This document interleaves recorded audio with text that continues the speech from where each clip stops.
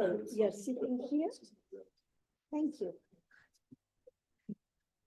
Thank you very much for being here.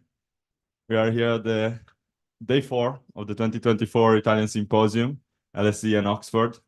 I'm really honored to have such esteemed economists, such esteemed speakers here, Mr. Carlo Cottarelli and Ms. Elsa Fornero.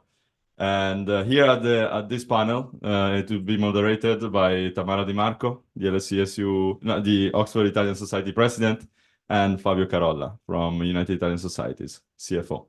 Thank you very much.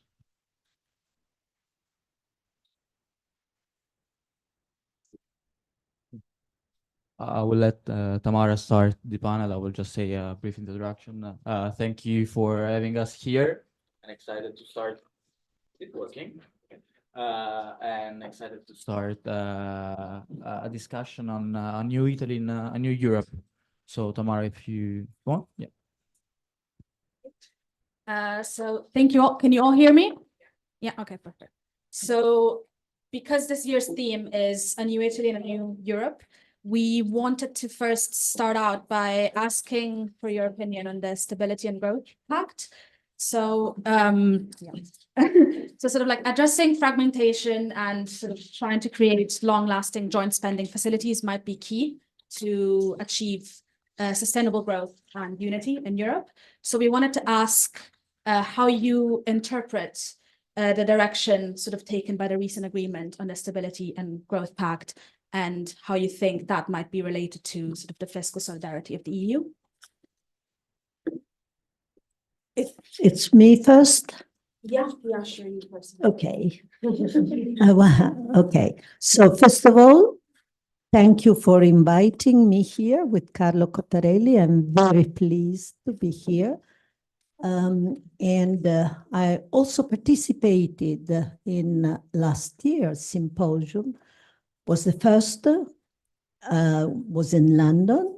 I mean, our session was in London and was very nice. And I had such a good impression of your work that when I received the invitation this year, I said, yes, I will go, even if the weather is just horrible, let me say.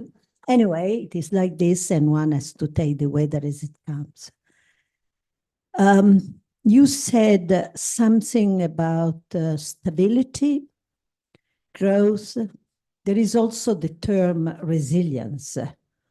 And I think that that is also a very important topic nowadays.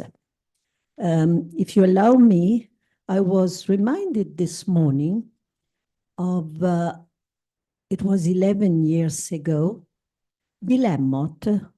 You may know that Bill Emmott has been editor of The Economist for long. And is one of the British that loves Italy. And he prepared this documentary film about Italy, and it was called Girlfriend in a Coma. And the girlfriend in a coma was Italy. And he asked me to join having an interview to be put in the documentary. And I said something I couldn't find this morning, but I said something that was, Italy is a very divided country. And that was 2011 or 2012, maybe early 2012. And he described Italy as being in a coma. So I was thinking this morning, is Italy still in a coma? And the answer is no. Italy is not in a coma right now. And I will say, well, I can anticipate my answer. And we may say that Italy is not in a coma because luckily, I would say luckily more than wisely, we chose to stay and to remain in Europe. And that's why this answer is connected to your question, because Europe, in my view, has been crucial to the Italian evolution in the past and will be in the future, not just for the recovery and resilience plan, but also for the way Europe is trying to shape the new Stability Pact. So Italy is no longer in a coma. The main reason is Europe, but I also want to follow my thread by saying, is Italy less divided today? And I would say no. I think Italy today is more divided than it was 10 years ago. And that is a lost occasion. Of course, we cannot forget that we had many shocks meanwhile. And well, the COVID was a big shock. Then the Ukrainian, the Russian invasion on Ukraine and what followed, and then the energy crisis, and then the Middle East crisis. And so these are repeated shocks to which our country has somehow adapted with fatigue. And the fatigue has been pervasive, and it has, I mean, increased the division.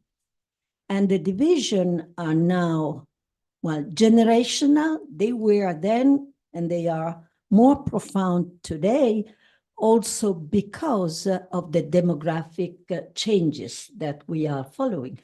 You are all young, but the young people in Italy are going to shrink, and we will lose population.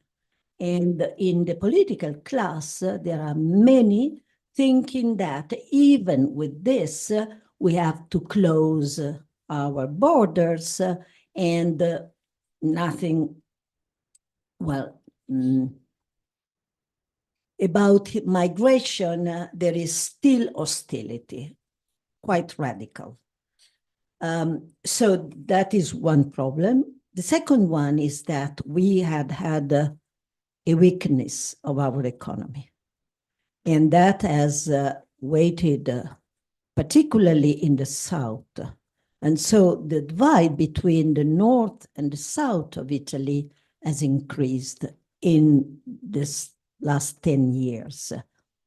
There's still a division, which is there, clear, between men and women. So there is a gender issue, which is still there also.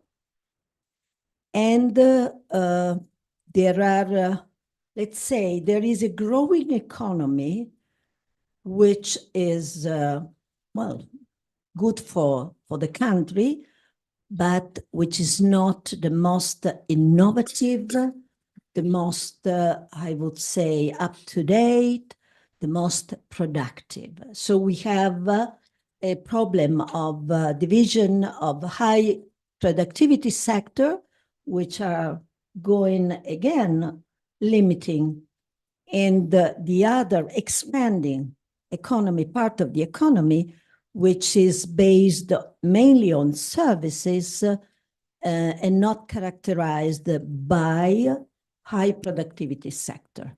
So this is the general picture that I wanted to give. With this picture, we also have, and it's part of the generational divide, we have a very, very large debt, which is there. Yesterday, we had some good news about the rate of growth of the economy. GDP went up last year 0.9% instead of 0.7%, which is, we are always near the zero something. 0.9 is better than 0.7, but it is still below 1%. Okay, with that, we have a debt, which is a public debt, which is 100, less than 150. 137. I would say, well, he's precise, okay. That's why I will leave most of the numbers to Carlo. But in any case, I prefer the great picture. In any case, I was about to say 140, but it's now a bit less because of the increase in GDP, maybe. Yeah, but mostly because of higher inflation, because the 0.2, the just 0.2 doesn't make much difference. The Istat revised upwards the GDP deflator. So once again, the ratio between GDP and GDP comes down only because we had inflation, which is a tax on those who have borrowed, who lent the money to the government. Now you see why Carlo and I do very often panel discussions, meetings. Complementary. Okay. So now with this situation, many people say, oh, the government should have been much stronger facing Euro pretense, Northern European countries saying now it's just right going back to austerity and being more prudent about issuing new debt. I don't think so. That's why I am not so critical about the new Stability Pact.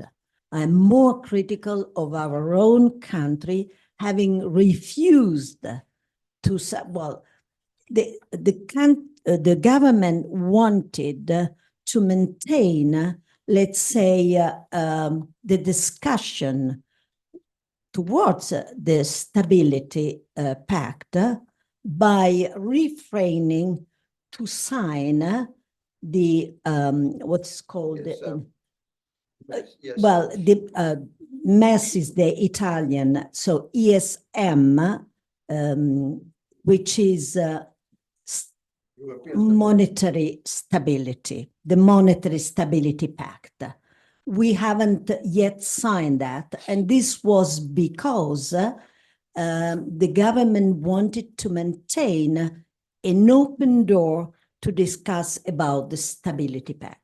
The Stability Pact is not particularly strict, I would say. It allows some deficits. It requires that our country take the path of reducing the debt, but to me is relatively sensible. So this I stop here and I leave Carlo, but then I can give more of my thought about this. Okay, I also would like to thank you very much for inviting me here. The second time I come, I will come very happily next year. No, the new Stability and Growth Pact is being criticized on two grounds. The first one I agree, the second one I strongly disagree. The first one does not really relate to the Stability and Growth Pact, but it relates to the fact that the Stability and Growth Pact, which means rules on the fiscal accounts of each country, has not been accompanied by an agreement on the so-called central fiscal capacity, which means creating a real European budget that is much larger than the current level. The current level of the European EU budget is about 1% of GDP, both on the revenue side and on the spending side. And second, because indeed the European budget needs always to be balanced. So you cannot run counter-cyclical policies from the center. So the criticism has been, you put again constraints on what individual countries can do, but at the same time you do not create what, for example, the United States have, which is a federal budget that can run a large deficit when it is necessary. Now, this criticism is a valid one. However, it must be understood that it can be done, something in the direction can only be done if you decide to give up some degree of sovereignty. So you need to centralize more spending, you need to centralize more revenue power, more taxation power, and in that case, with a taxation power that is partly centralized, you can also run deficits. Because otherwise you run deficit without the possibility then of paying interest on the debt or repaying in principle the amount of money that you borrow, then it becomes a problem. So that's a fair critique, but again, it's something that at the moment there is no consensus now to increase the size of the European budget. There is no consensus on giving taxation power, reducing taxation power in individual countries and centralizing to some extent. There is no consensus on this. On the rules that have been imposed on countries by the new Stability and Growth Pact, I fully agree with what Elsa was saying. Is not so terrible as people described it. First of all, it must be understood that part of the criticism now arises because the initial proposal made by the Commission was essentially much milder than what we have now. The initial proposal of the Commission is something that, from a theoretical point of view, is the best of the possible worlds. How did it work? How would it work? How would it have worked? You sit around the table. The Commission makes a proposal that is a sort of tailored to the specific countries we are considering, a certain path of reduction of the public debt to GDP ratio. And the only hard constraint is that within 4 or 7 years, the debt to GDP ratio must be put on a declining trend. 4 years, 7 years, depending on whether the country implements or not fiscal reforms. And the path can be decided because, again, a country may have the need to invest more initially, and this will increase the growth rate later on. Now, you understand that something like this is theoretically very nice and was very much supported by people like Olivier Blanchard and to some extent also the IMF. But it has one key problem. Let me use an Italian expression here because I don't know how to translate it in English. The risk was that it would ended up in tarallucce vino. You sit around the table and then you become captured by the strong countries. So the risk was that the Commission would be strong with the weak and weak with the strong. And fiscal rules like a Stability and Growth Pact are something instead are one advantage of the rules is that they apply to all countries. If you start saying that we sit around the table, you give me a suit that is tailor-made, it also means that perhaps it's not the tailor who decides what the suit will be, but I decide what the suit will be. So the Nordic countries, they wanted to have some constraint introduced, and the two main constraints is that one, the deficit adjusted for the economic cycle needs to improve by 0.5 percentage point every year. For countries that have a debt to GDP ratio above, I think, 100%, 0.25 for the others. And second constraint that on average, over the duration of the plan, 7 years, the debt to GDP ratio should decline on average by 1 percentage point. Let's go beyond 7 years. Let's take, let's take 7 years because now with the current debt level, it's good to take 7 years. This means that now we have a debt to GDP ratio of 137.5. In 7 years, it will have to be 130.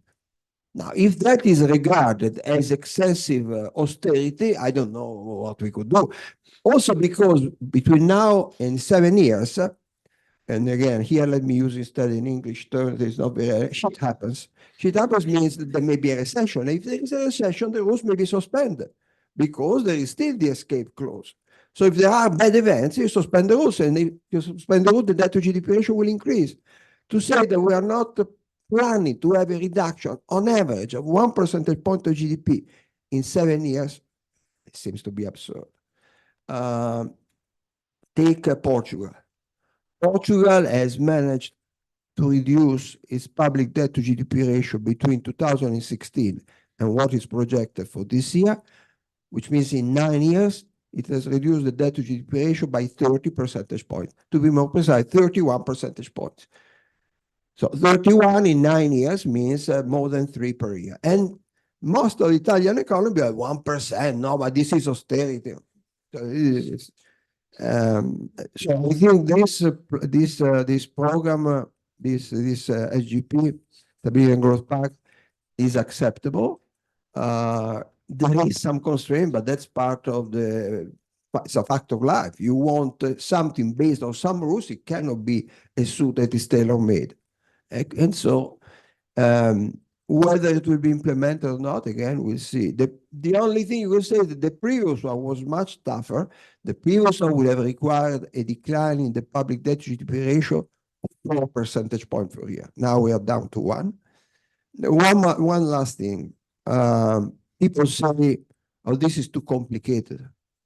One of the criticisms to the previous part was that it was too complicated. And one of the reasons for the complication is that some of the rules, this is a bit technical, but let me mention for those of you who are economists, one of the complications was that the pace of adjustment for each country depended on the estimate of the so-called output gap. The output gap is the difference between the level of potential output, what you can produce and what you actually produce. And of course, that's not something that you observe.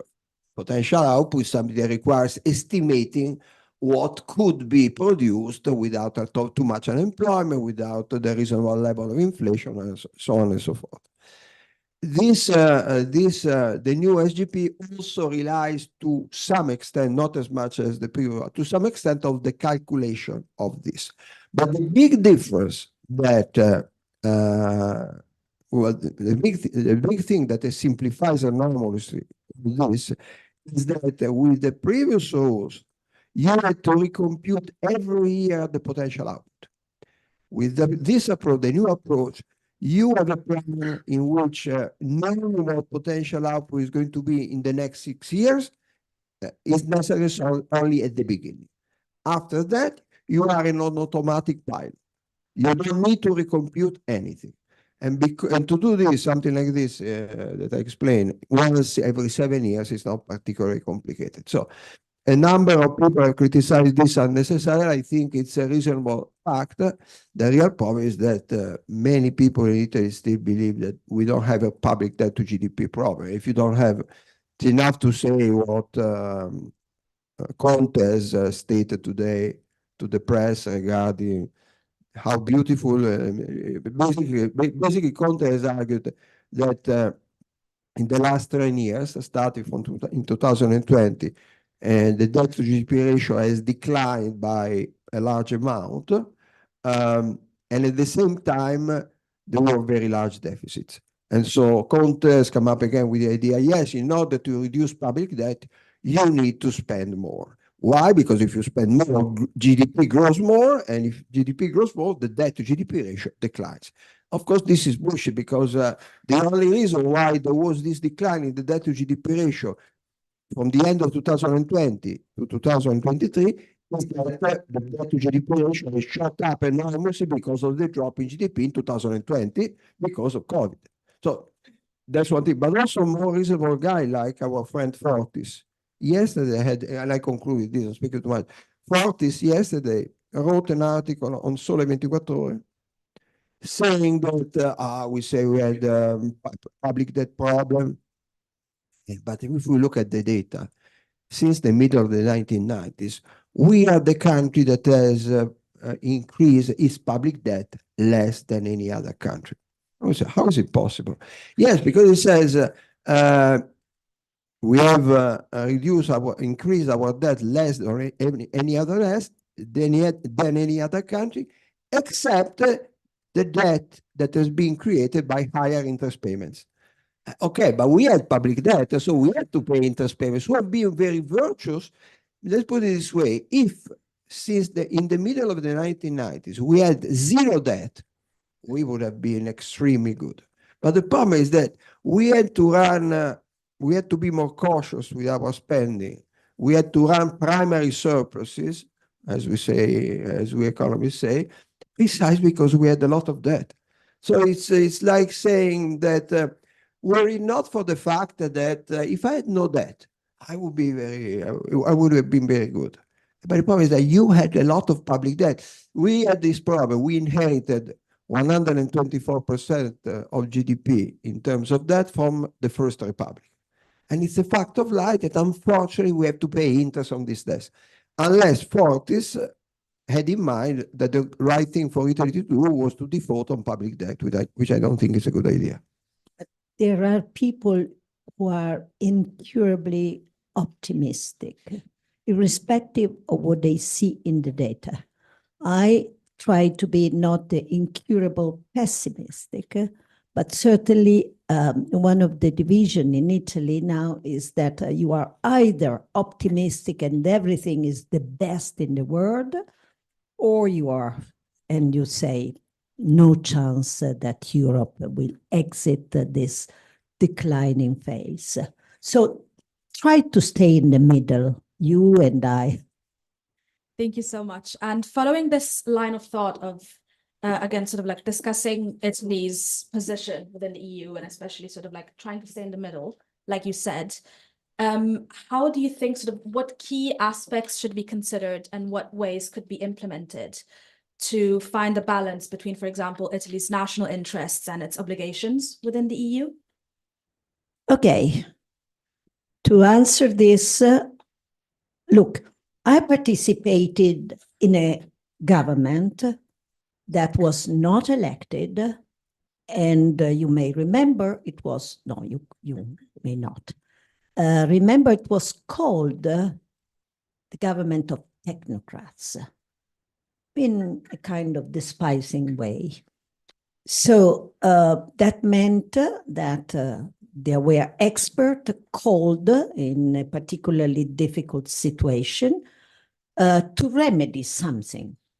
Why do I say this? Because we economists may know, may usually very imperfectly, but we may have some solutions for the problems, and those are the technical solutions. But then, and this is not just my own experience, you need politics. And if you have good technical solution, but bad politics, then the good solutions are not going to work. I'm not saying this because I want to defend our government and saying that all we did was just the right thing. No, but I'm saying that even the best reform is a social experiment. A reform is something that has to work in society, even if it is technically very consistent. And so if people do not understand, if the communication, nowadays communication is essential for everything, if the communication is against the core message of the reform, that does not change the behavior. And the reform is not going to work, or is going to be much less effective than it could be. So we need really, I'm not a politician, but we need to bring in politics at the national and at the European level. And what I think it's really the missing actor is good politics.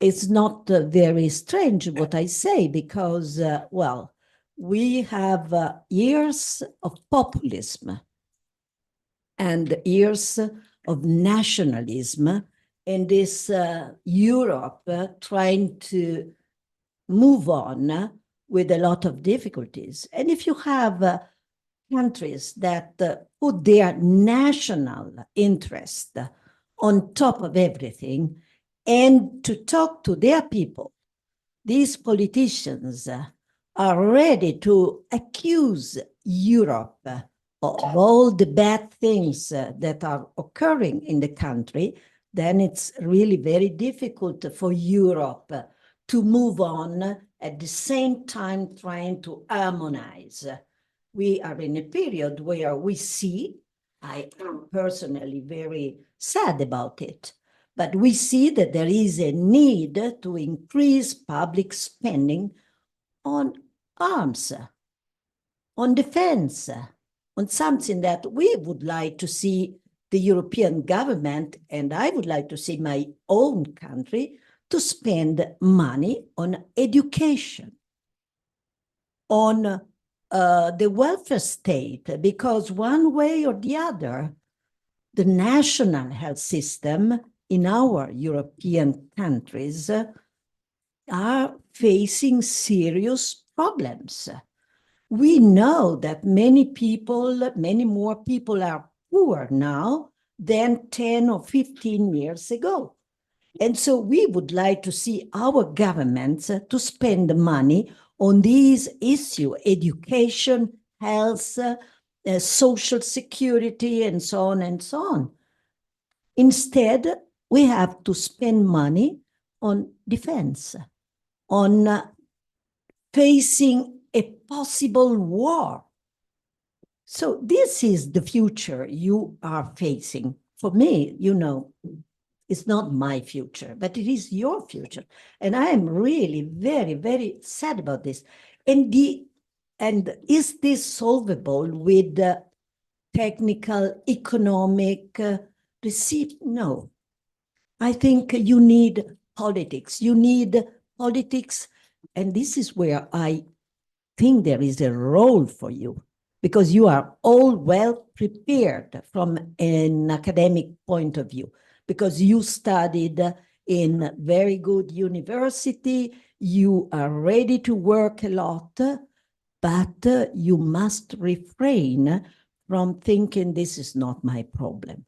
My problem is just my own career, to fortify the career. No, this is not your problem, because you live in an environment, you live in society, and seeing all these problems unsolved is a huge, huge concern. So your question of harmony in Europe nowadays, we have to fight people who think only in terms of national interest. I say, for example, Hungary, Orban, is not the kind of leadership we need in Europe. In many countries, this kind of populistic, nationalistic approach is becoming more common. And that adds to economic problems. We say, oh, Europe is asking for this. Now, you know that there is the green transition. You know, there's been the protest of people working in agricultural sector. And the response, maybe it was somehow compulsory, of the European Commission has been, also because we are in an electoral campaign, they said, okay, let's reduce. Maybe we are just too optimistic about our path towards the zero carbon objective, where or maybe we are too weak, we lack courage today, maybe we are just spending the money in the wrong way. These are the issues that should be discussed also on your pressure, because it's in your interest. So my answer is that, well, of course, if we were in the position, even Mario Draghi the other day said, we need 500 billion of new expenses every year to solve. Did this mean European debt? I am a bit more prudent, cautious about thinking that in the period we are living, with the demographic problems that we have, from the two different, Mediterranean borders of the Mediterranean Sea with the different demographic, I have a bit of problems with the facility with which nowadays very important people like Mario Draghi say we should just issue new debt. To do what? For defense? Or to spend for the new generation also, to create new opportunities of jobs. And so I want to stop here now, but I would like to say later something on employment, because employment is a problem. And Carlo was talking about potential output. With 52% of employment, we are far below our potential output. Stop. No, I mean, your question was about the middle of the road in a way of, in terms of European policies. I'm a middle of the road guy by definition. However, having said this, one has to have clearly the end result of what you want to achieve. In the long run, in the very long run, yes. And for me, the result that needs to be achieved is the United States of Europe. Now, it's a very ambitious thing, but if you think how the idea of having a united Europe was born, it started from il documento di Ventotene, the Ventotene document, in which the authors explicitly said, we need a federal Europe. We need a federal state in Europe. It's interesting to say, and I will mention it in some publicity, in my next book, it comes out on April 2nd. In my next book, I confront this position of creating the United States of Europe, which was put forward in 1941, Documento di Ventotene, with another position that was put forward a few years later. Now, I have with me the exact quotation, but you can easily find it on the web. Essentially, the quotation, the opposite view was the view that now is represented by the name Europa delle Nazioni, the Nations Europe.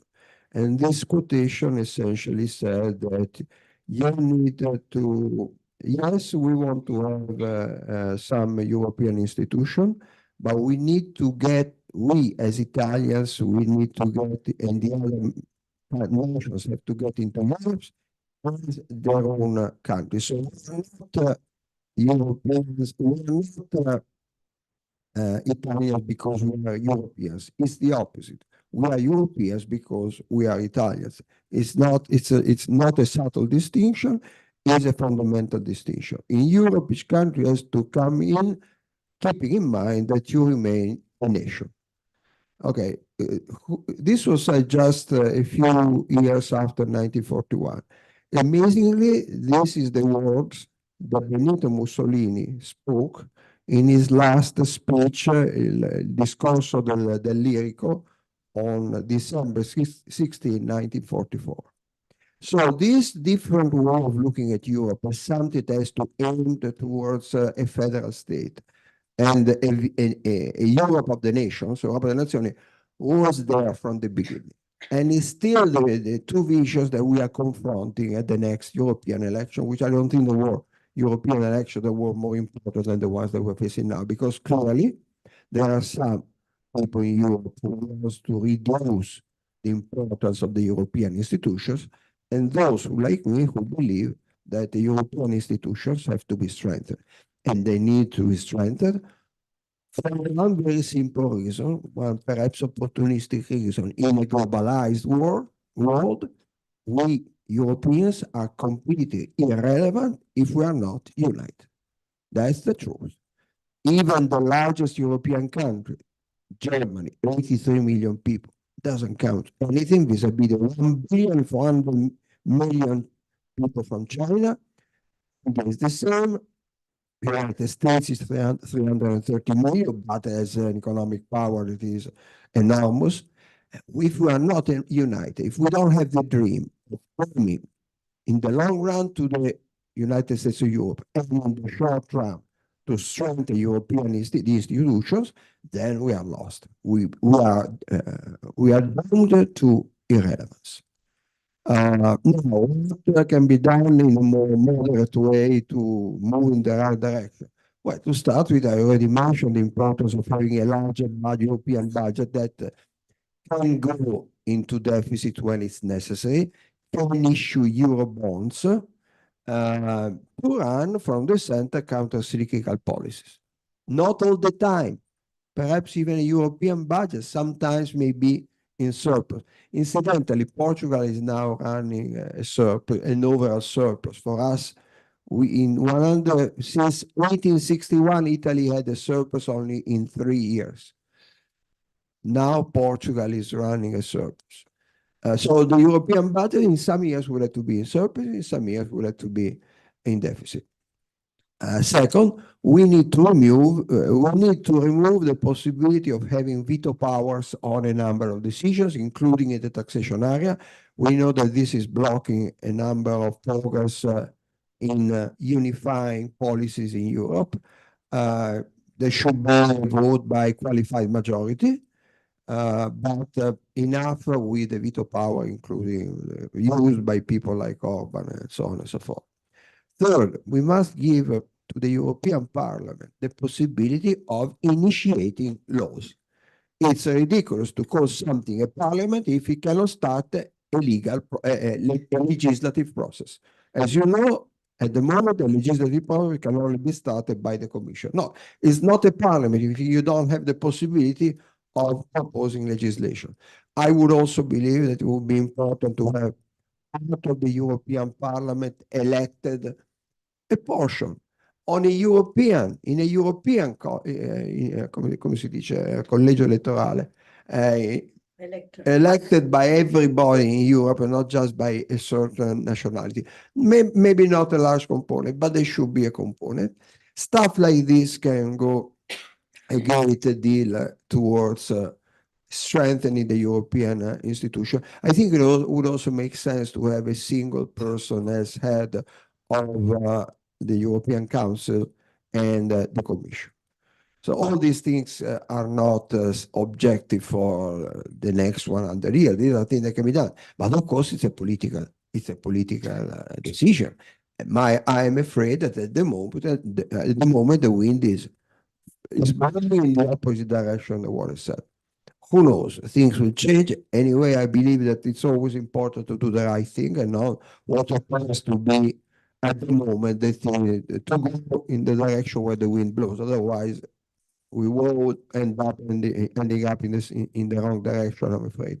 So that's, I think, what needs to be done. Thank you so much. We can now move on to the second half. The questions. I will ask a couple of questions and then we will open the floor. But I was wondering whether we could go back on the employment and unemployment point that Ms. Fornero, you were mentioning before. You recently analyzed the growth of salaries in the OXI countries compared with Italy. We're talking about 32% since 1981 for OXI and 1% for Italy. And in one of your recent books, Mr. Cottarelli, you mentioned about the difficulties in investing in Italy because of this productivity problem. So I was wondering, is there a recipe for Italy to grow, to improve productivity? What's the role of education in this recipe? And what's the role instead of the public administration reform to help attract investments that can lead to improve productivity as well? Okay, let's start with employment. There was a lot of, let's say, bandwagon about the new data on employment in Italy from the newspaper supporting the right government. They are always enthusiastic. And so when Istat published the new records high of employment, and we are at 62% employment rate, and this is the highest since 2000, when statistics have changed, but let's say it's a good result. That is no objection to that. But you have to consider something in the contour. The first thing is, okay, well done, but we need to go much further. Why? Because with 62, Italy is the second lowest and has the second lowest employment rate in Europe. The first is Greece, the lowest is Greece, and we are the second. So increasing is important, but this means two things. First, there are still too many people outside the labor force in Italy. And mind you, that component is made mainly by women. So there is a specific employment problem for women. Unfortunately, particularly in southern Italy, things have to be said, and it has to be faced. Things are included in the plan for recovery and resilience, but maybe Carlo was referring before to the 4 or 7 years. The 7 years is when you add another plan, national plan, to the recovery plan financed by Europe. And this means that you are putting your own efforts and resources for reforms and for investment, and that should add to the rate, to the increase in employment. But it also means that perhaps there still are too large areas of gray or just a black economy. Gray economy, I mean when you work, for example, full-time, but you are regularly employed, regularly means with a regular contract for just a part of your time. And this, again, is not unknown, is widespread for women, and it means an exploitation of labor. So it means, I'm not saying that all the firms doing this are run by, let's say, not entrepreneurs, but by people doing illegal activities. I'm saying that we have a lot of firms, small, very small one, who are just surfacing. They would have difficulties in continuing their activity if not for public subsidies. So this is, since we have more than 90% of our firms are very small firms, it means that what is our average productivity, very low productivity, comes from a few large firms which are very productive, the same in manufacturing. They are not less productive than their German counterpart. But German economy is more in the medium high level firms, while we still have, well, the largest majority of firms are very small and not much innovative, and so they have a productivity which is low. In these conditions, many of them make an agreement with their employees saying, okay, let's, you will have for half time a regular contract and the rest I put in your pocket. And this is a personal agreement. When you have a few employees, but many firms like this, the phenomenon is not. So this is one problem. And the other problem is that we still have a large part of our economy which is completely black. This is a question, again, of for this firm to survive. But my question is, do we really need to support this ineffective sector of the Italian economy, continuing to support, or would be better to say, okay, now stop. Let just stop. We have something to help you, but maybe we have to change. Because continuing supporting, we have had a decade of politics not made of plans, industrial plans. We have had years of policies trying to give subsidies to everyone who was somehow in need. But this is not the way to increase productivity. The big question, which is not a short-term policy, is education. There is a large gap between the education system and the productive system. I've been the Minister of Labor. I knew then this gap. I've tried to do what I could. It's something that it does not work as a connection, effective connection. Where it does, that is the northern eastern part of our country, there the unemployment is low, participation rate is high, and the statistics of employment are not dissimilar to that of Austria. If it works there, maybe it can work also in other parts. But there are, for example, apprenticeship programs on which I work very, very much with Ursula von der Leyen. She was then the Minister of Labor in Germany. So we had this program.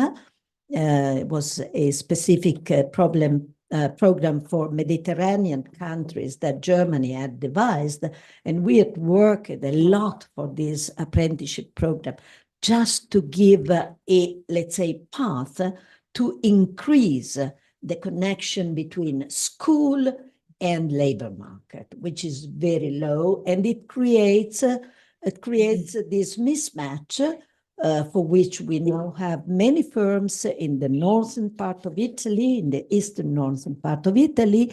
They want employees and they don't find. In other part of the country, you have very high youth unemployment, very high female unemployment, and no job possibility. So there are structural problems in our country as far as the job market is concerned, and most of the people that are the students that who want opportunities, they migrate. The migration from southern Italy is not just going abroad to study, it's migrating and look for a job somewhere, because in their regions, they don't find a job. It's a tragedy. And we have, and I stop here because, but we have the largest number of NEET young, so not in employment, education, and training. So what do these people, maybe they are, because it's counted until 34 years old. So at 34, you are not a teenager. At 34, you should have a job. You should have experience of the labor market. And these people risk their own life cycle, because how can they live? And this is a problem that is not discussed in Italy. It's not discussed like it is there, but okay, maybe it's a motivational thing. If it is motivational, it's also social responsibility. You have to induce these people to have the right motivation. And so there is a lot to do. Active policies have been enacted, but they work very little. They are not so effective. We have had a government who thought of solving the problem. It's the government I was mentioning before, of the nationalist and populist together, which is a record in Europe. And they thought that by having a person coming from, was it Missouri?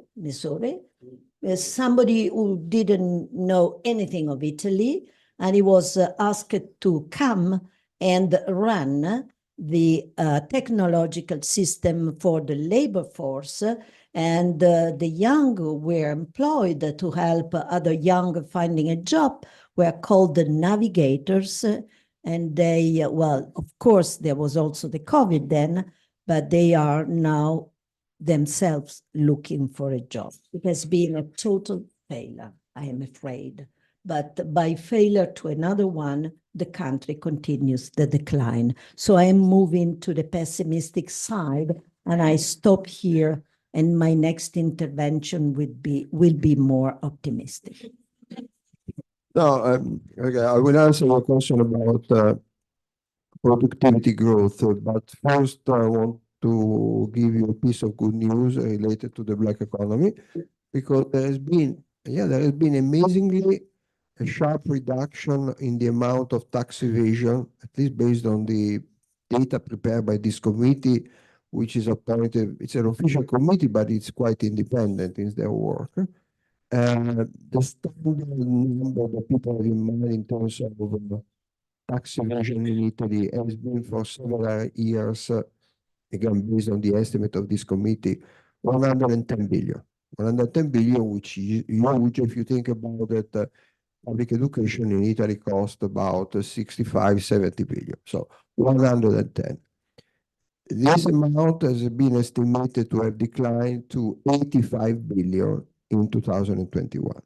So for the first time in several years, tax evasion has been reduced by 25 billion from 110 to 85.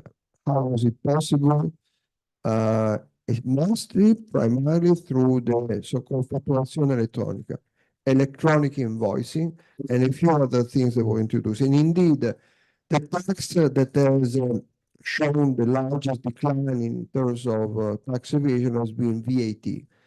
Tax evasion for VAT has been estimated to have been halved from 36 to 18 billion between 2017 and 2020 and 21.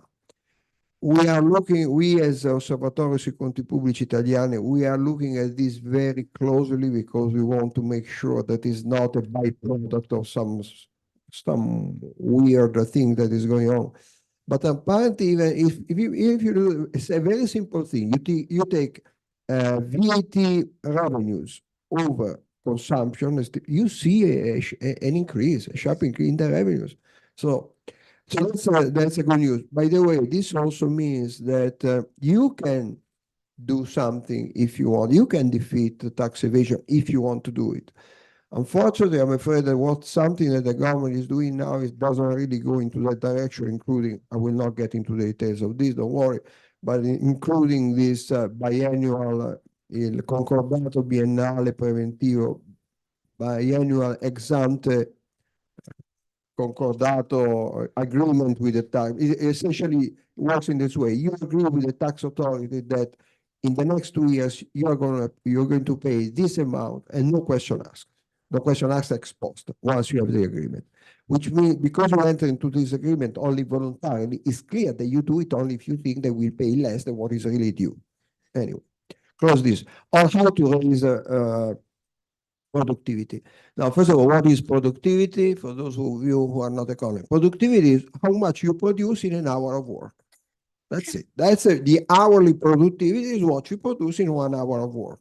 If you work in a bicycle factory and in 1 hour of work you produce 10 bicycles, your productivity is 10 bicycles per hour. Now you realize clearly that what you produce in 1 hour of work depends on the machines that you are using. And so if you use newer machine, better machines, instead of producing 10 bicycles per hour, you produce 20 bicycles per hour, and your productivity doubles. Okay. This is to say what? That in order to increase the productivity, you need to improve increase the amount of capital that is available to the average Italian worker. However, capital needs to be interpreted in its three main meanings. Public capital, so the roads, the railways, the digital infrastructure, all that stuff. The private capital, the machines, the investment in our factory that makes bicycles, and the human capital, not a very nice word, but that means education, research, and stuff that increases the knowledge, the knowledge basis. The question is, do we have a plan to increase productivity by increasing the amount of capital that is available to the average Italian worker? The answer is yes. It's the famous PNRR, Piano Nazionale di Ripresa e di Resilienza.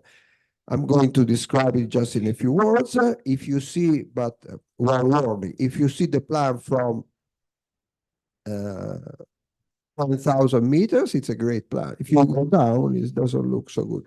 But anyway, the plan works in this way. In three these basic area, public capital, private capital, and human capital, you try to achieve the goal of increasing the amount of capital through a combination of money and reforms.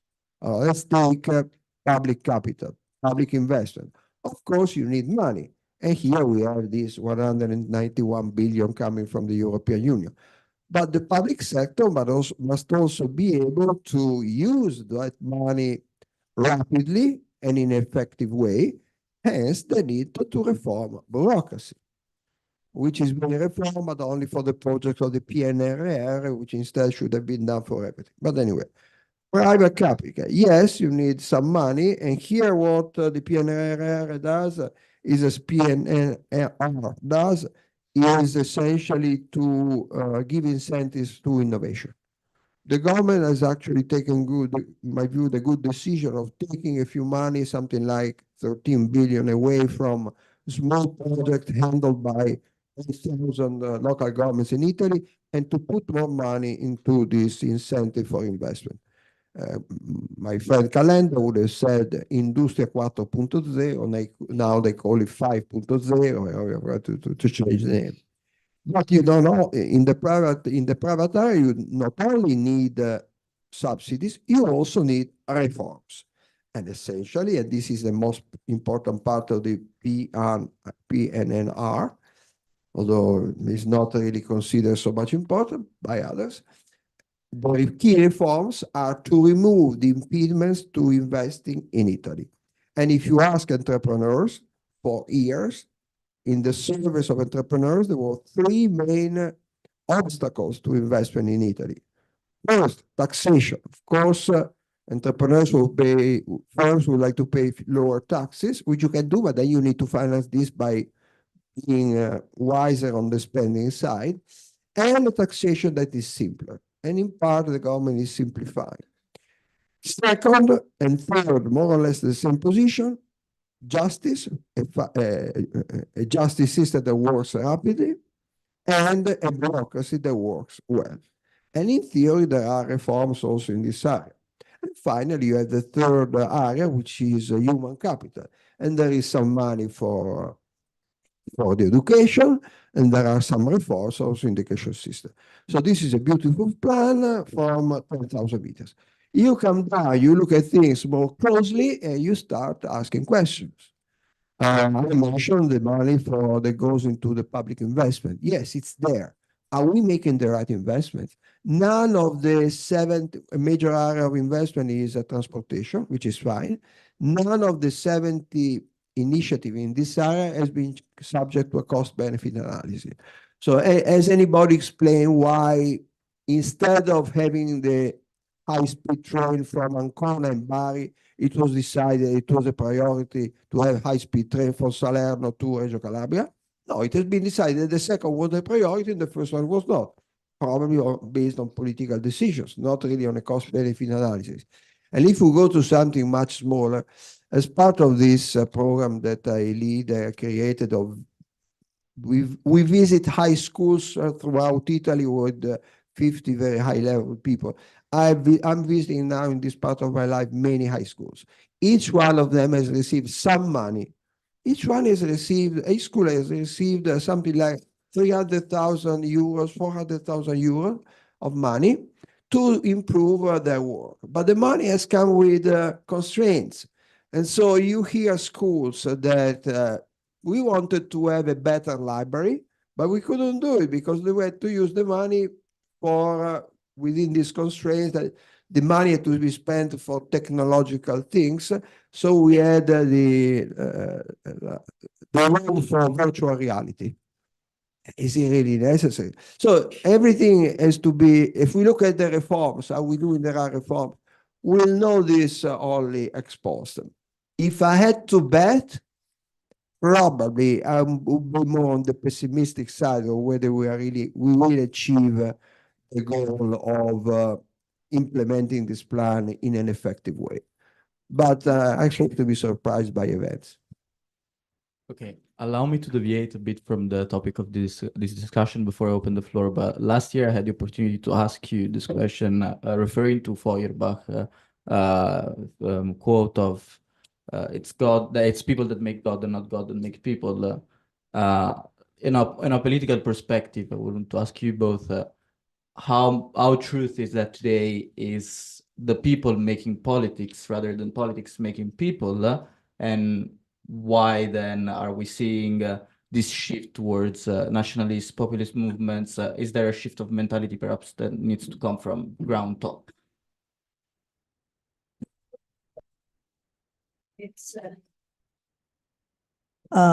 They are both input to a bad output, which I call the results of populism.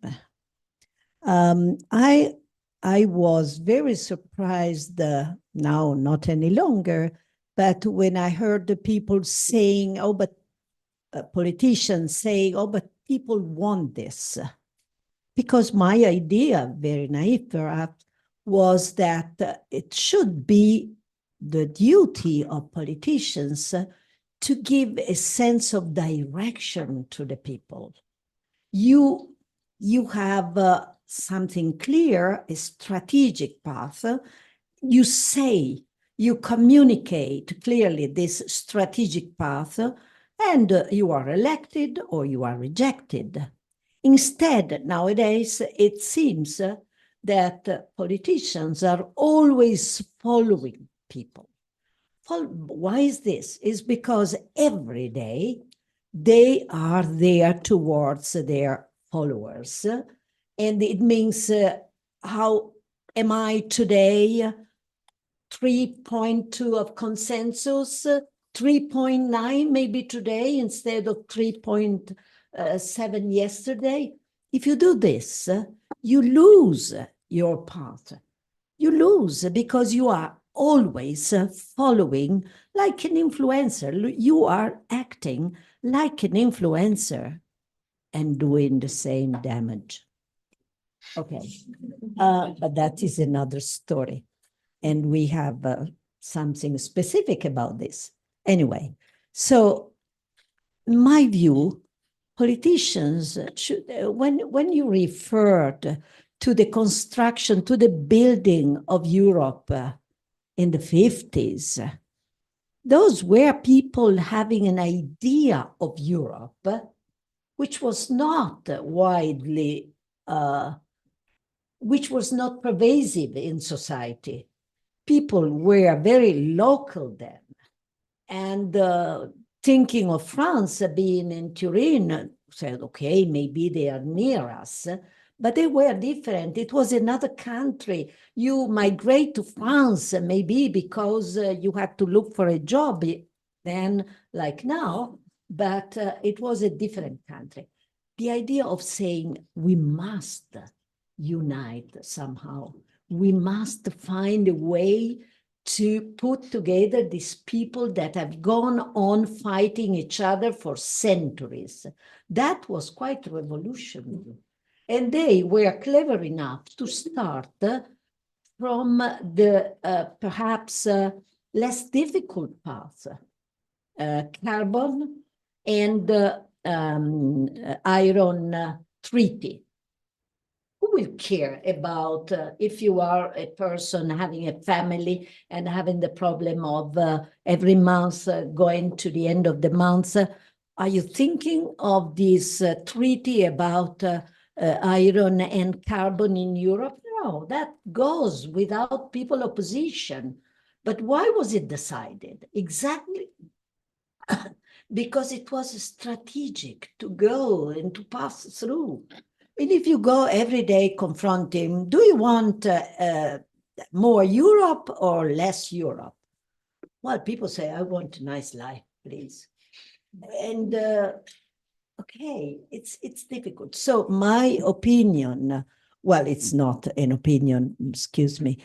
I mean, what I see, I am an economist.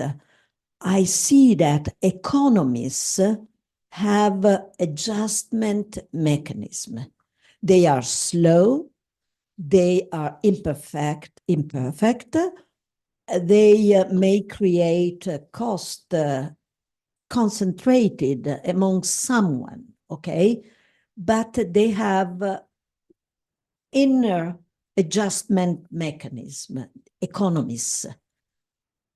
Democracies, I don't know. I see, of course, we can't renounce democracy. So that has to be preserved. But we cannot say that we are not going through a crisis of democracy. And I don't know the answer to this huge problem, but I suggest one thing, maybe two. One is education. If you have education for people, if you considering education, you go providing the best school to the most disadvantaged students, and you go there, and you don't, that is the first form of welfare. We had a weird way of translating welfare into reality. We gave more importance to pension to any other item in the life cycle of people. But welfare starts with the beginning of your life.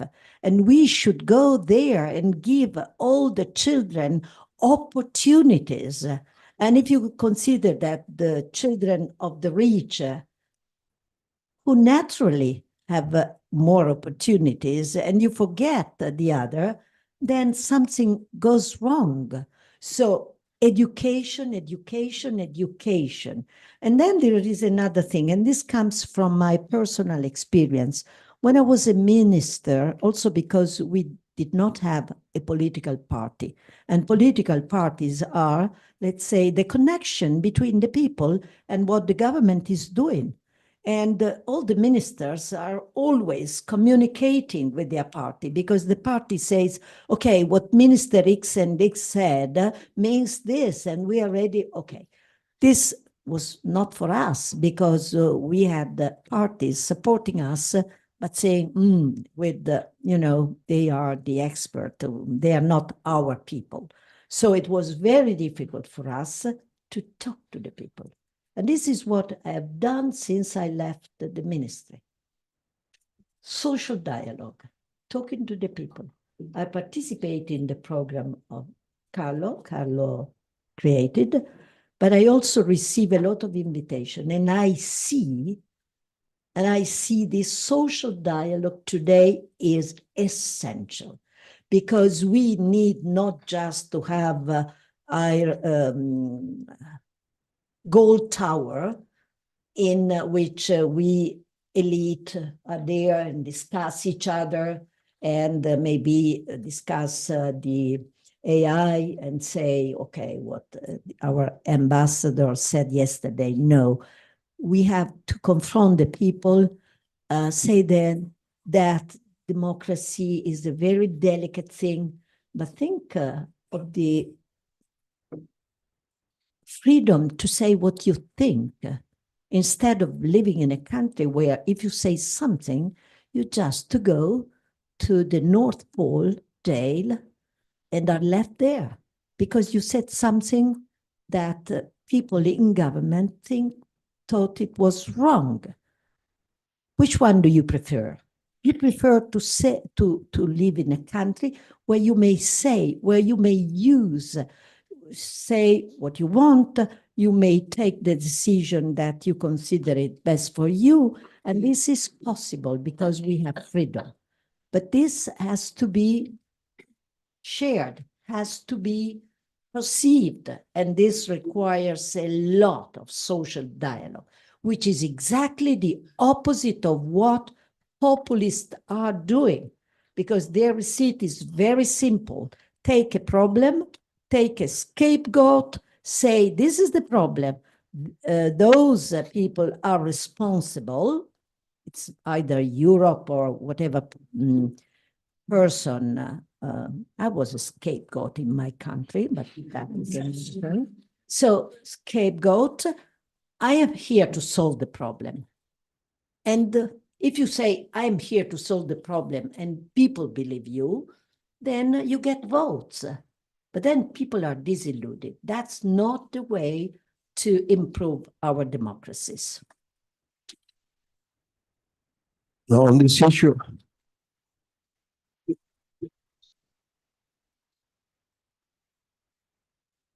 well, on this issue, whether it's politics that affect people affects policies, I have mixed views in this sense.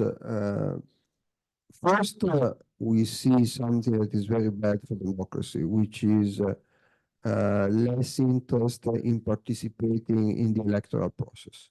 As we know, the people who voted in the last political elections in September 2022 were just less than 64%.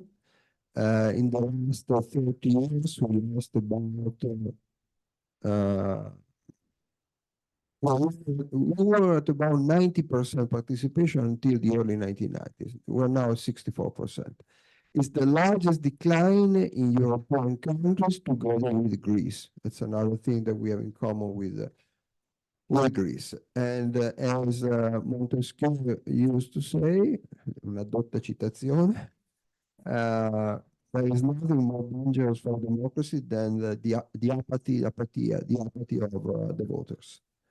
At the same time, we see now, including in this constitutional reform, a tendency towards strengthening the role of a single person, the elected Presidente del Consiglio, Prime Minister, Premier, with respect to the past. It's already a fact now that laws are made not by Parliament, but by the government. So again, to quote Montesquieu, the classical separation of power, potere giudiziario, judiciary power, potere esecutivo, executive power, potere legislativo, legislative power, no longer holds in Italy. This result has been increasingly has been achieved through the increasing use of some tools like the use of decree laws, for which this government has the record at the moment. The increased use of voto di fiducia, confidence vote, because when you have a confidence vote, you stop the process of amending legislation. We got this year to the amazing order given by the government not to present amendments to the budget law, which was faithfully executed by the majority of the government, to the point that Romeo, the Senate leader of the Lega, by the way, I met on the plane yesterday. At one point said, well, we wanted to have three amendments. I understood that we could get to have three amendments. No, I realized that that was not the intention. So you withdraw the three amendments. And third, and that's even more dangerous, the frequent use of delegated legislation. Delegated legislation is the one in which against the government to approve decreti delegati, decreti legislativi, which is now, if we go back to history, 1934, that's what allowed Hitler to write laws directly. He was given power without any limit to write legislation. It's interesting to know from an historical point of view that the first law that was approved by the Italian Parliament after La Marcia su Roma was a law giving the government power to have the tax reform. The tax reform was exactly the tax reform the tax reform was approved last year and gave this government the power to rewrite the tax system. Among the powers that this government has is to tax, to write laws indicating the tax rate for VAT, for the personal income tax, and so on and so forth. As you know, the key power of a parliament is to decide on legislation. And this parliament has decided that it's the government that will have to write the legislation indicating how progressive the tax system should be, for example, or what the VAT rates will be. So I think that already now we have this imbalance between parliament and the government, which of course will be strengthened if the prime minister is elected directly by people. It would give more power of the prime minister towards the parliament, and it will give more power to the prime minister vis-a-vis the president of the republic, who is not going to be elected by people. And I'm going to finish on this, it's a bit, but just to quote something from my personal experience, when I was asked by Mattarella to form a government, the issue was that Mattarella did not want to have Savona, who was regarded as anti-Euro, as a minister of the economy, which instead was the wish of... Was regarded, I object, was. Okay. It was also, but it was regarded, it was, that's another, it was regarded and was. And he wanted to be considered to be appointed as Minister of Finance of the Economy by the yellow-green government. The issue, however, was not about Savona. The issue was about the power of the President of the Republic. Whether the argument of these two guys, Di Maio and Salvini, was how can you oppose the will of somebody who has been just elected by people? We have been anointed by God, anointed by the people. You have not been anointed by the people. You have been elected by power. And that's exactly the problem that we'll be facing, if they will be facing even in a more profound way, if this the constitutional reform is passed. The president as a balance, increasing the balance of power as arbiter of the situation, referee, will disappear because the prime minister is going to be anointed by God, by the people. And I see this as a clear danger to our democracy.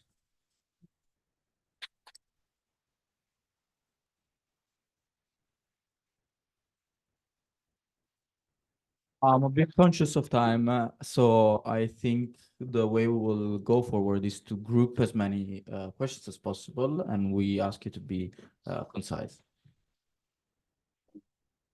If you could please, yeah, and I'll come.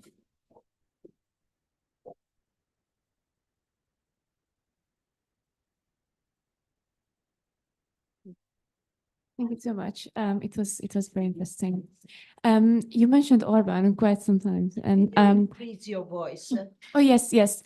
Thank you so much for your thoughts, and it was very interesting. You mentioned Orban quite sometimes, and I'm curious what you think, why Orban would be against European United Nations, or United States, sorry. So why do you think Orban would be against the European United States? I'm quite curious about that. Thank you. So we need to answer one by one, otherwise. You want to answer one by one? Oh, I'm old. I am beyond what question? I forgot.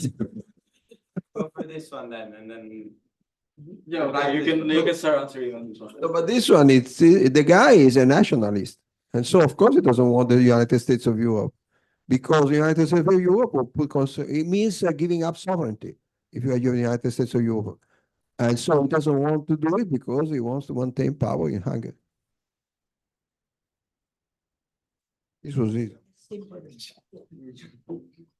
Yeah, okay. So my question was about, like, you talked about Europe and how Europe helps Italy get out of the coma. So a bit of theory of vincolo esterno. And I was wondering, like, if you, from our perspective as economics trained students, do you think that there's like probably a higher social marginal utility of going in a job into the European Commission or the European institutions rather than devoting your life as an Italian public servant?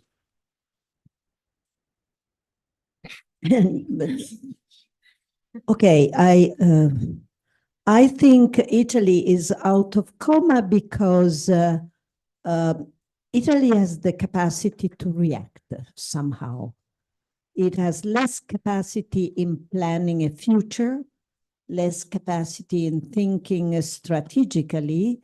But if you look at the history of Italy, there is a good evidence of Italy being able to react. And we have had enough shocks in the past 10 years, 15 years, to practice this capacity.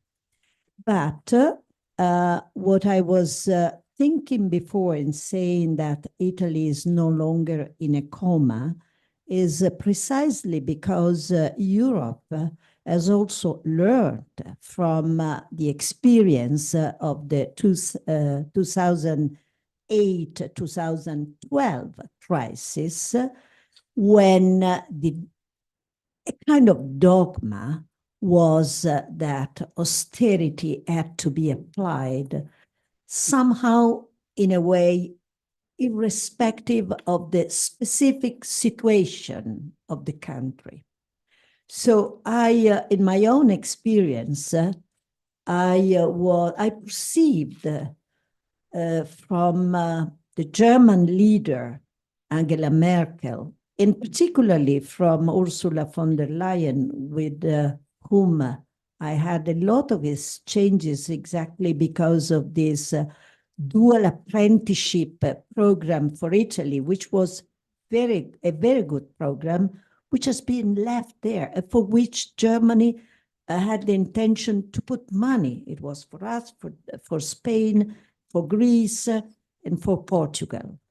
And they wanted to spend. And I remember that Ursula told me, well, you know, we are not the people who just want the red carpet when we visit other people in other governments. No, we are aware of the social problems and we would like to help that.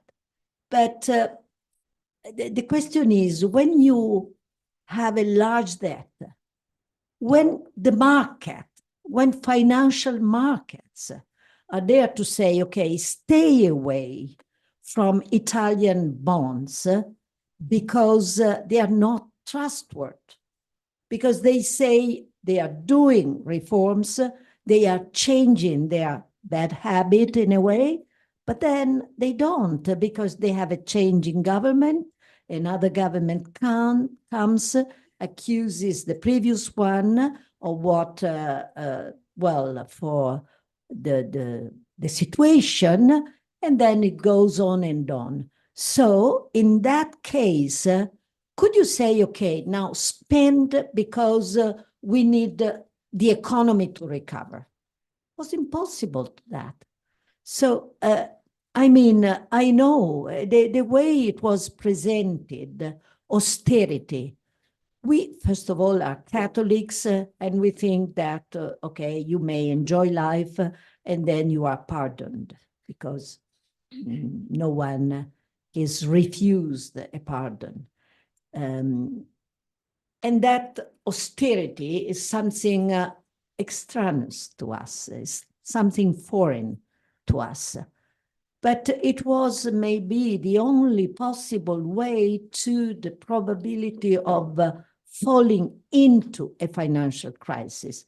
And what people did not understood also, because the communication was just ready to accuse Europe, and not to say, well, we really were in difficult position.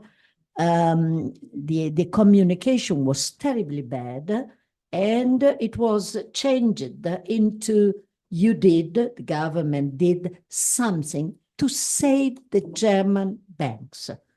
So it's difficult to accept sacrifices when you are there to save the German banks. That, I would say, I wouldn't either accept. So that was something that also left the euro, and Angela Merkel in particular, in a way say, oh, we maybe did the wrong thing. Maybe also the finance minister, what was his name? Schäuble, Mr. Schäuble. I also met him, and he had certainly good intentions. And that was the traditional way of thinking. But then, from that experience, they have changed. And after the COVID, the response was very, very different. And it was a move on towards a more united Europe. It was a move on. And people should understand this, and maybe they have. And so that's why, in a way, we owe that to Europe. Otherwise, we would have had a collapse, financial collapse, and that would have been very bad for the Italian people. But this is not the story that is told to Italian people. And so when I discuss to the people, and I present this not like the truth, but as a possibility, they say, yes, maybe you are right. Maybe there is a different story. So that is what I think. I'm not sure that I answer your question, because in the final words, I couldn't understand. I couldn't hear well. It was a job market question, right? The job market? No, you were saying whether is it better to go and work for European institutions or for the Italian institution? Ah, you ask me if I... More experience than me. No, I work for my country. When I was a minister, this I can tell looking into your eyes. There was never, I take off my glasses. So there was never a situation in which I said, well, what's convenient for my own party? I didn't have one. What is convenient for the group of people, maybe some power, people that I am attached with. I am not attached to any power. I am a university professor, and being a university professor means by definition that you are independent. So all what I did was thinking of the country. Is this a sufficient condition to work well? No. But it is sufficient not to serve anyone else. You serve the country. I was a public employee before becoming a minister. I was a public employee being a minister. And then I went back to my own university. That is, it's not something special. It is when you are asked to participate in something, in a critical point of your country life, then you do, you answer. And this is what Carlo did. It ended in another way, but Carlo did the same. And so it's nothing heroic. It's your duty. It's your feeling. It's feeling that you also think of other people, not only of your inner circle. Just on the comma issue, yeah, we have a great capacity to react, but I think I'm afraid now that because of our public debt issue, unfortunately, if there is a large macroeconomic shocks, I think that we need money from Europe to go ahead. In the spring of 2000, in February 2020, when we were hit by COVID, we were heading towards a major financial crisis. What helped us was something like 300 billion euros printed by the European Central Bank. Plus the next generation, the 200 billion of next generation European Union. But in 2020, 2021, and the beginning of 2022, our deficit, which had reached levels that had not been seen since the Second World War, was financed more than entirely by the European Central Bank. Without the money, the recovery would have been much tougher. And unfortunately, even in the case when you were in government, what was really critical, because again, your government made reforms, made its degree of austerity, everything that was needed, and markets were not here. So what was critical was the whatever it takes. July 27, 2012, whatever it takes was Draghi who said that the money of the, he did not actually put the money came much later with in 2015 with the quantitative easing, but it was enough to indicate that the ECB was willing to step in to bring interest rates down. So on that occasion as well, in spite of the fact that we were doing what was needed, because yes, we did show the capacity to react, but unfortunately we are seen by financial markets as, from that point of view, the leak wink in the euro chain still. And that's very problematic because that reduces our way also of interacting with our European countries. They know that if there is a shock, at the moment we need to rely on their help, the help of the European institutions. Now, on your specific questions, honestly, I don't know. The question is, I'm very happy to tell you that the future of Europe is in the European institutions. But I don't know whether we will move instead in the opposite direction of increasingly going towards the Europe of the nations that I was mentioning before. You have to prevent this. You young generations have to prevent this. It's your duty. One question. First of all, big thanks to both of you for supporting our organization and sharing your wisdom with us for the second year in a row at the Italian Symposium. One of the big gaps that you mentioned is the one between the world of education and the world of labor, and which is something we try to address as well with United Italian Societies. We have a program called eTalent, which tries to connect talented students from our universities with employers.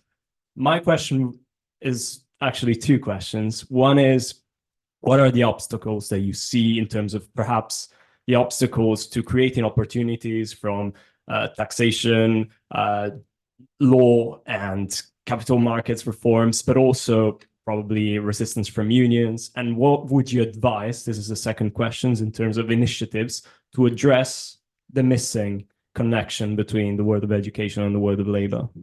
Thank you. We may go from high level to lower level. I mean, we have to remind that we have had 20 years of, again, I call it bad politics, which was centered on a single person, that is Silvio Berlusconi. Either you were a supporter or you were against him. So these two parties, parties in the sense not of political parties, but these two parties faced each other and did not think of the country. It was like, are you with or are you against Berlusconi? This is low-level politics. And in that period, we somehow devalued many of what we can call democratic values and social values. And education is one of the first, if not the first. Maybe the first is health. But anyway, they are both essential. So this, in a way, permeated public opinion. And public opinion was diverted towards more immediate satisfaction. Education requires engagement, requires sacrifices. And you know that if you give up the football match today and study for the test that you have tomorrow, maybe you are rewarded. No, And the football turn, no, the football. Don't take that away. Oh, well, I'm not a football. Well, I am, but my team is not. Okay, that is another story. In any case, that was really in the public opinion that the most important thing for children is not education. And that it's tragic, maybe because I was always involved in the education system in my life, but I think education is essential for all children. Then this was difficult to remedy. We have also the role of ideology. For example, there are people, I've met many of them, who think if you study, don't mix your business with production. That is what you will have to do later. That is the bad side of life. Now try to nourish your mind, to look at the grand history of our past. But not, firms, they work for profit. Profit is a devil's thing. And so the idea that students should also learn what economies are about it's extraneous to school. And on the other side, firms have talked to many of them, thought that, if they hosted the students, that would be only cost or loss of time. So nothing would come. And then there are the parents. The parents have changed. The public reputation of teachers in our country, maybe in many countries, but has come down.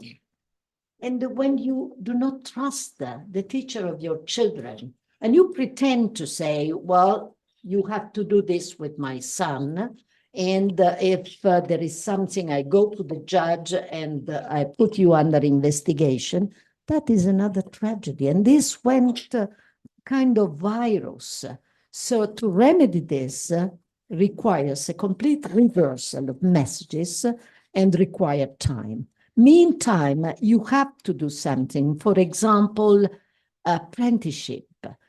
For example, I don't know, but also what we do, presenting economics at the level of children, a bit more, let's say, teenagers, and a bit more than teenagers, presenting economics because they know absolutely anything about economics.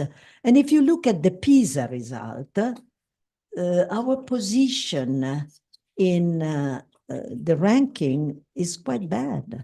There is slight improvement, but it's very slight. So that is something that is indicative of society's change of value. You think that being something else, having success, immediate success, perhaps because you participate in a TV program, that is your future, that is your life. That is not. And rescue that message is not easy, and it is terribly important. No, I mean, a few things to add.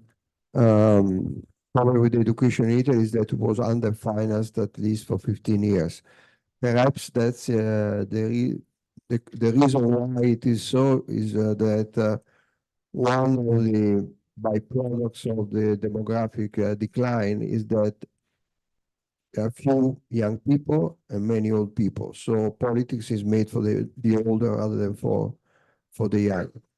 So what the education, for me, the education is priority number one. And what is needed is more money, but you also need to spend the money well. We don't have a problem of having too few teachers. If you look at the size of our classes, it's actually a bit smaller than the size of classes for the other G7. We don't have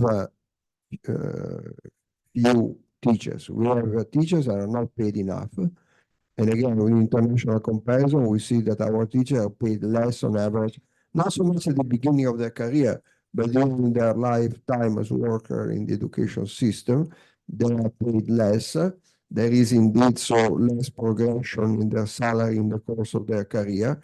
They are less trained. There are schools that are new. Fortunately, now with a bit more money from the PNRR, something where it's improving, but the structures are not, school structures are not very good. And finally, we have teachers who are oppressed by bureaucracy. Half of the time, half of the working time of teachers is not spent in teaching, is spent in other stuff. Some other stuff is necessary, of course. It means correcting the test, the students' test. But there are times that they spend in writing reports that nobody will read, in participating in meetings that are endless, and I keep hearing these complaints by our teachers about the excess of bureaucracy. So one would have to work on these areas. I would like to thank you both, Mr. Cottarelli and Ms. Fornero. I'm sorry that we couldn't take any more questions, but we're very conscious of time, and we thank you for running this. It has been an intense discussion, and thank you for all of you for coming, and thank you for the organizers. Thank you for Tamara for joining me in moderating this panel. And we would like to see you at the next event on AI. We'll have an insightful discussion here in Oxford in a couple of weeks. Thank you. We are